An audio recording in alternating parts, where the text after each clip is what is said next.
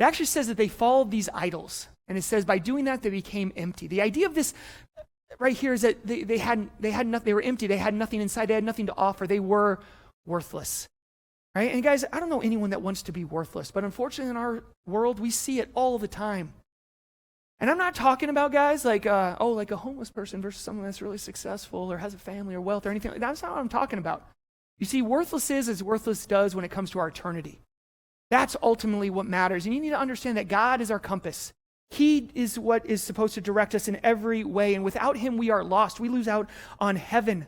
We miss out on that, guys, so we can never quit listening to him. We need to see two things right here.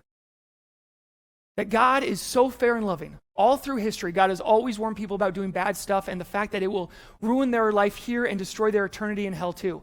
God has to do this because God promises that all people are without excuse when they stand before him.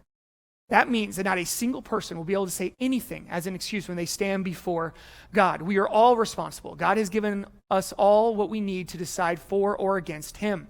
And that second thing, God does get fed up. God will eventually say enough. Our world tends to see God as some cuddly teddy bear pushover, and they are sadly mistaken or making a potentially eternal mistake.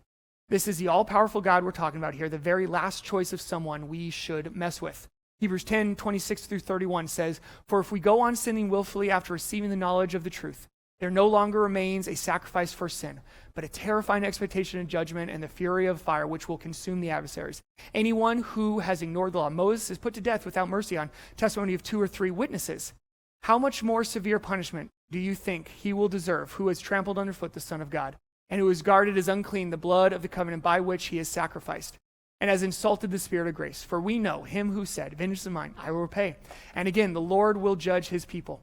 It is a terrifying thing to fall into the hands of the living God.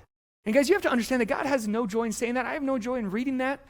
But he is very serious about this, and we need to understand how serious this is. So we need to avoid our tendency to self-destruct, to go the wrong way, by making sure that we never quit listening to God. And guys, it is amazing. If we just never quit listening to God, the life that we can have.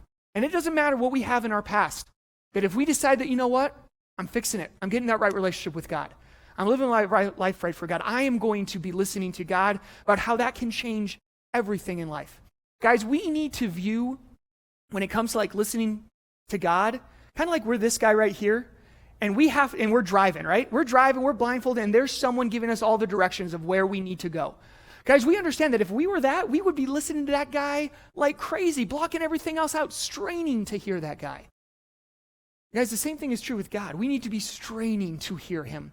We need to be blocking out all competing voices and just going back to what does God say as a foundation for everything we do in our life. In Isaiah 30:21, it says, "Your ears will hear a word behind you saying, 'This is the way, walk in it,' whenever you turn to the right or to the left." In Psalm 42:1, it says, "As a deer pants for the water brooks, so my soul pants for you, O God." Guys, we want to avoid that tendency we have to self-destruct. So never stop listening to God.